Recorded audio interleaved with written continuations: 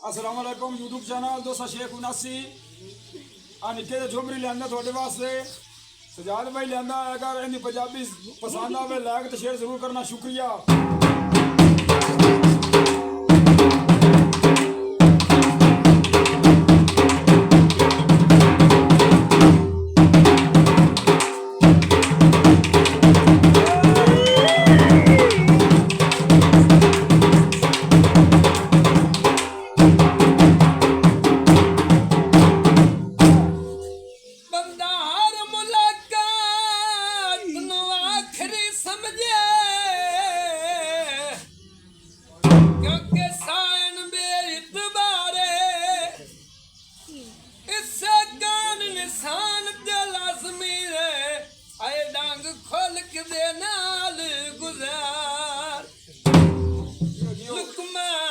पुत्र भी बच नहीं सकते जदों साध तकदीर च मारे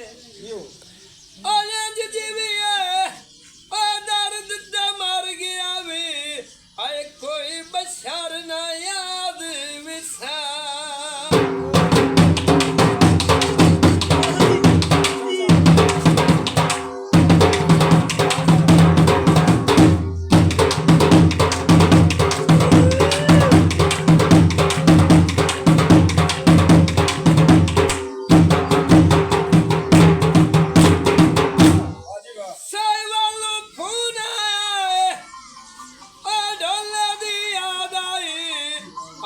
खीरनी